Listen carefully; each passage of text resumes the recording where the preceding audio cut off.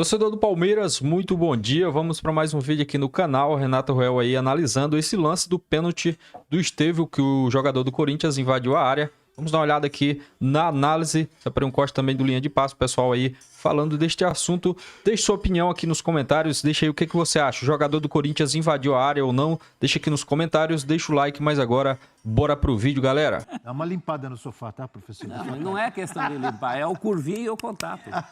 Renata, reclamação também do Abel Ferreira, dos palmeirenses, em relação ao pênalti, porque por causa de uma possível invasão. Houve, não houve? Era para voltar a cobrança? Esse lance é muito legal, né? Porque você tem a cobrança de pênalti e qual é o momento que você vai analisar se houve ou não infração? É no momento que o Estevão toca na bola. Então, o primeiro ponto é que o Hugo tem aqui um dos pés sobre a linha. Então, o Hugo não tem invasão nenhuma, não tem adiantamento nenhum. A posição do Hugo era legal, a defesa do Hugo é legal. Aonde que tá pegando? Aqui, né? O jogador de chuteira vermelha, se ele invade ou não. João Pedro. Porque após a defesa do Hugo, quem é o João Pedro. João Pedro. Toca. Ele pega o rebote. Então, ele tem impacto na cobrança de pênalti. O que é interessante a gente falar aí? A regra da invasão, ela é diferente da regra do impedimento. São duas regras diferentes. Do impedimento, você vai considerar qualquer parte do corpo, menos o braço, que estiver mais próximo da linha de fundo. Na invasão, não. É a parte do corpo do jogador que estiver tocando o solo, tocando o chão. Para caracterizar a invasão, você tem que ter uma parte tocando ou a linha da grande área ou está dentro já dessa linha. Mas não é considerada a parte do corpo que está no ar, é a parte que toca o solo. Pela apuração que eu tive, junto ali com pessoas da Federação Paulista, foi checado sim pelo VAR se houve ou não a invasão.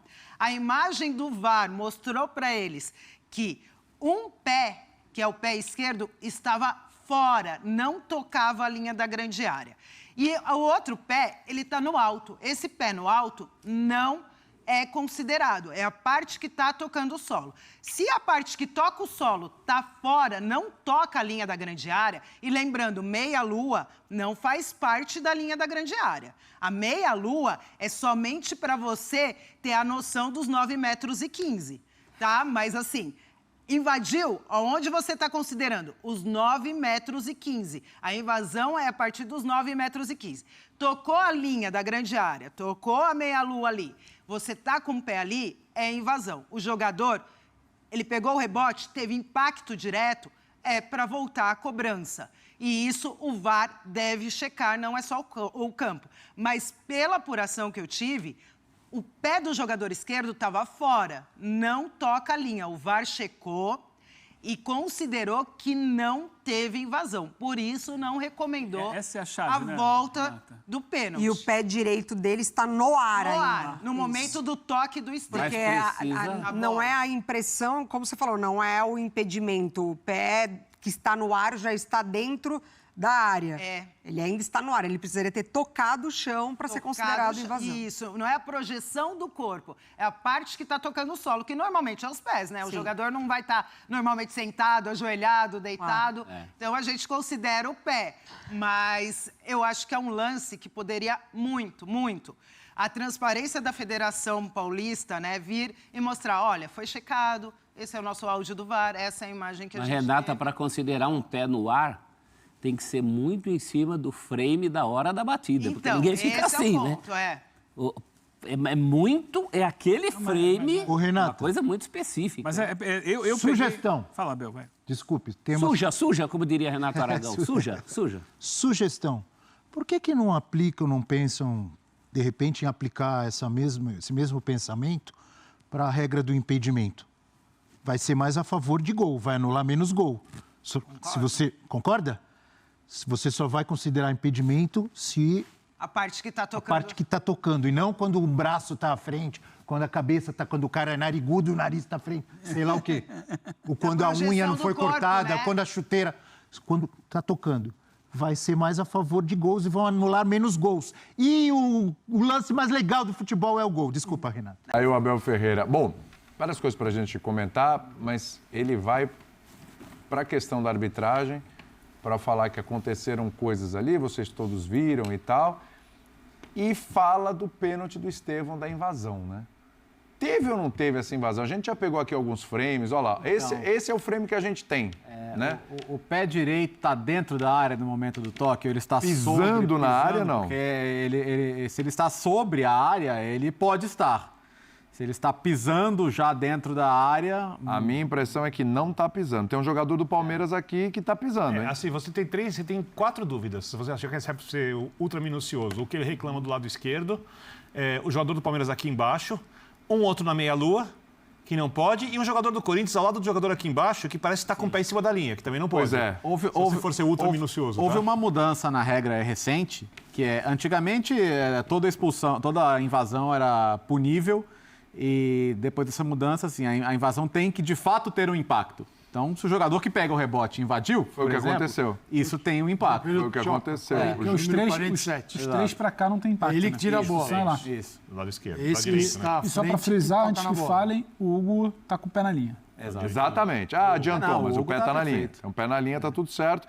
Tem invasão na meia-lua também, mas aí você tem, como consequência da invasão do João Pedro, ele chegar ali do lado do Estevão O e impacto, evitar o o rebote. único que pode ter impacto, segundo o que o Léo falou, é o jogador que está do lado da defesa do Hugo, lado direito do Hugo, esquerda, ou seja, só o jogador do Corinthians. Ô, William, só para Pode complementar, falar. porque tem uma outra questão que o nosso Francisco de Laurenti, né? Que ele fala Opa. que a nossa equipe no estádio, ele fala, segundo as pessoas que a reportagem da SPN conversou, a reclamação da comissão técnica do Palmeiras é que eles ouviram do Luiz Flávio Oliveira que, enquanto o lance estava sendo checado, o Cláudio mandou o jogo seguir.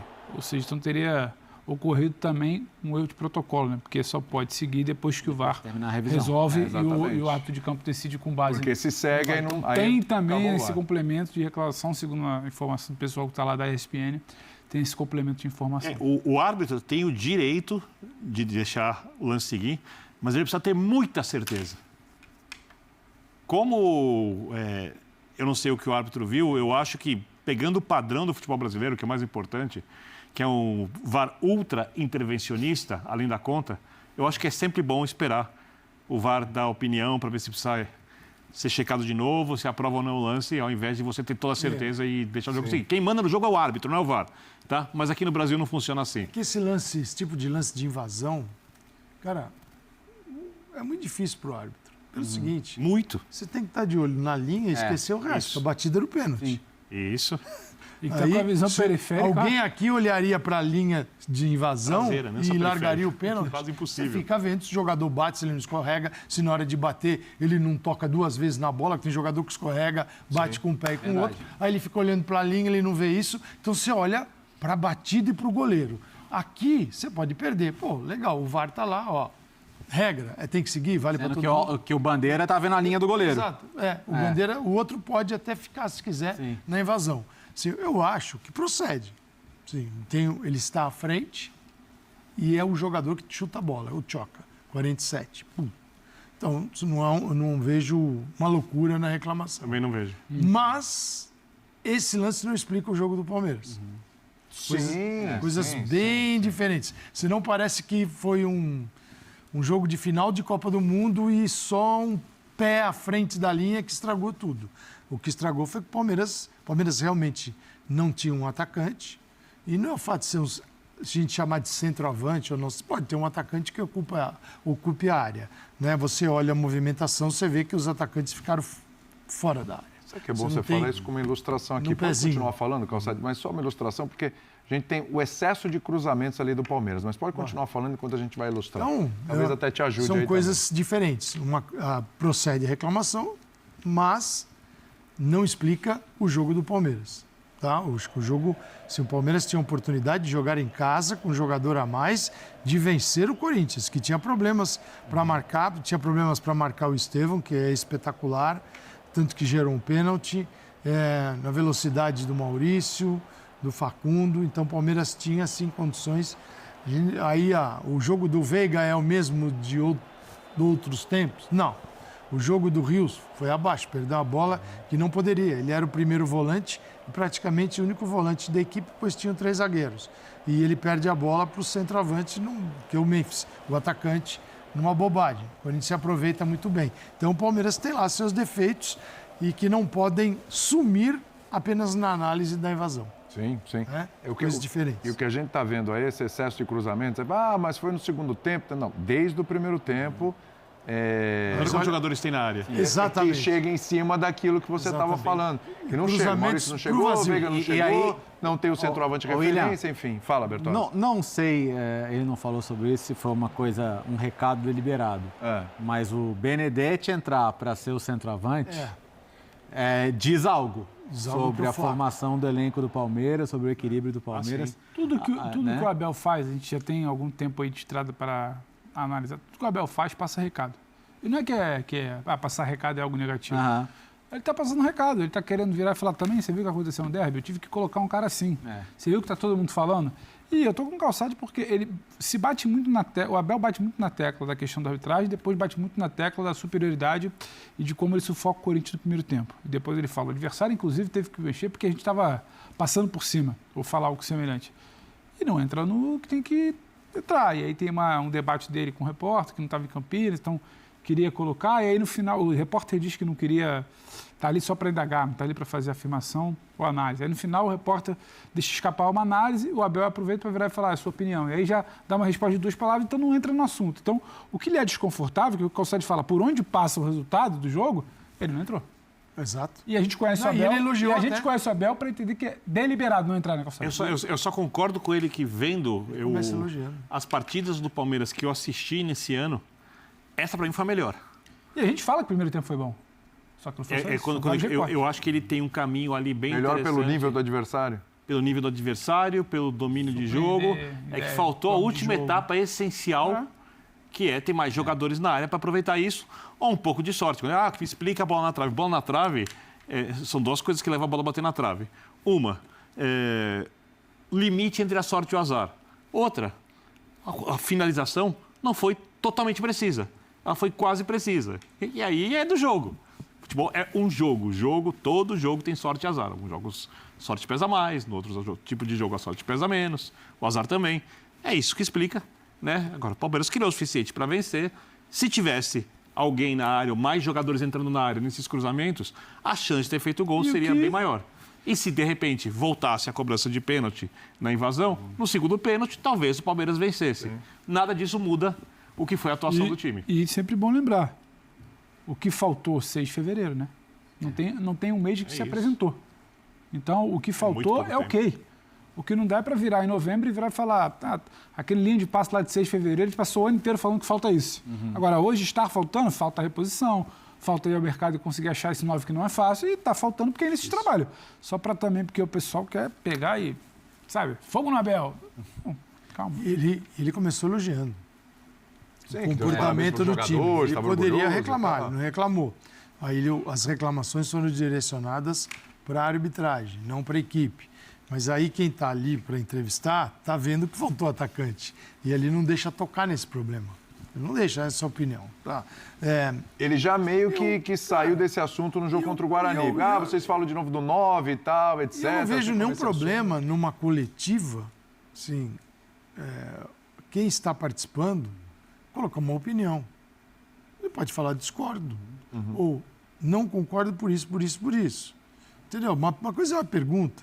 Você pode colocar, e o repórter poderia ter colocado aquela opinião em forma de pergunta, daria para fazer tranquilamente, ele teria que responder, mas responderia mal do mesmo jeito. Digo, mas eu não vejo problema. Você pode dizer, olha, não concordo com a sua opinião. Sim. Eu acho que é diferente.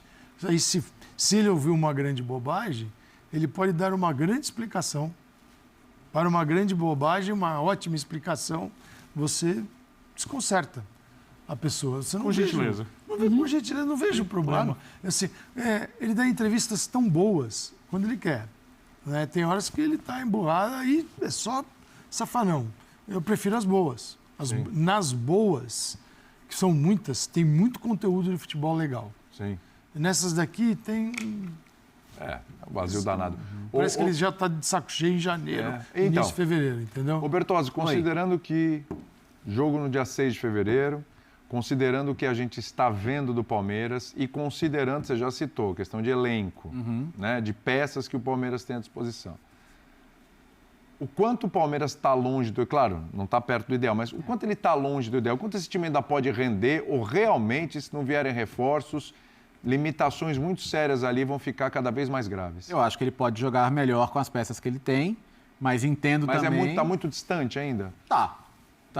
Eu acho que assim, e hoje eu vou tomar o jogo de hoje como um jogo bom. Talvez até o melhor do ano, se a gente considerar outras atuações do Palmeiras. Se fosse o Paulinho em forma, ao invés do Maurício com a mesma escalação.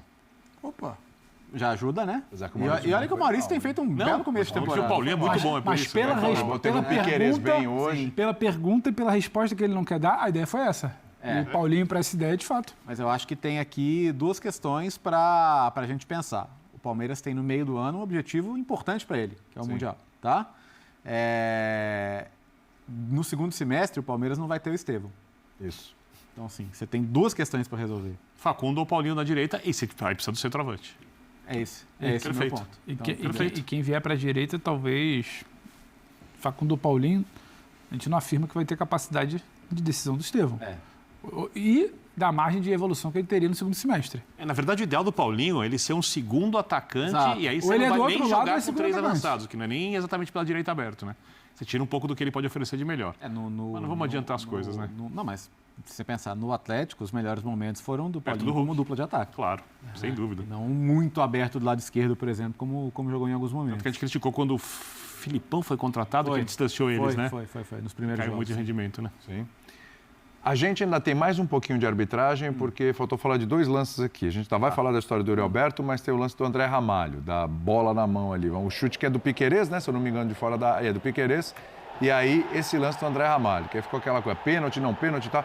Eu acho que a decisão ali foi super rápida, não teve dúvida nenhuma, o jogo seguiu e ok. Para vocês? A bola que o jogador tenta afastar e bate vindo de outra parte do corpo, isso é de manual de arbitragem não marcar, né? Não sei que ele fizesse um movimento adicional, deliberado. Então, acho que esse é o lance clássico de não pênalti. Não tem muito debate. Se vocês quiserem destruir o futebol de vez, você pega, faz, ao invés das traves, do mesmo formato, você faz um iglu e marca esse pênalti. Brincadeira. Porque assim, ele, no momento do chute, ele toca com o pé esquerdo e ele já faz um movimento de queda. Para alcançar a bola, o movimento dele já é de queda. Então, o braço está caindo ali e bate no pé. Se ele estivesse apenas com o braço aberto e a bola fosse diretamente no braço aberto, é outra coisa.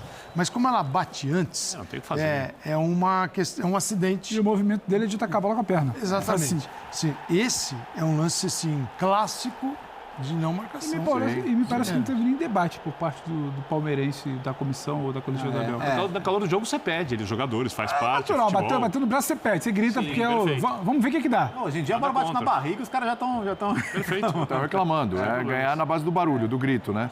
Como sempre foi. Mas eu acho que aí também não tem nada. Vamos dar uma olhadinha nos lances do Yuri Alberto. Lembrando que a Renata Ruel estará na sequência no Sport Center. Curioso. No Sport Center. Dimas, não, peraí. Dimas, só um minuto. É o editor-chefe. Ele tá aqui. Ele tá indo. O Birner pediu para falar sobre o Yuri Alberto. Falei aqui que o Birner quer falar sobre isso. A Renata Ruel vai estar no Sport Center, na sequência, analisando todas as polêmicas desse clássico aí entre Corinthians e Palmeiras. Daqui a pouquinho, na sequência do Linha de Passe, meia-noite. O Birner pediu para falar sobre o lance do Yuri Alberto. Eu quero muito falar sobre essa expulsão do Yuri Alberto. Né? Porque a gente tem o lance? Vai colocar.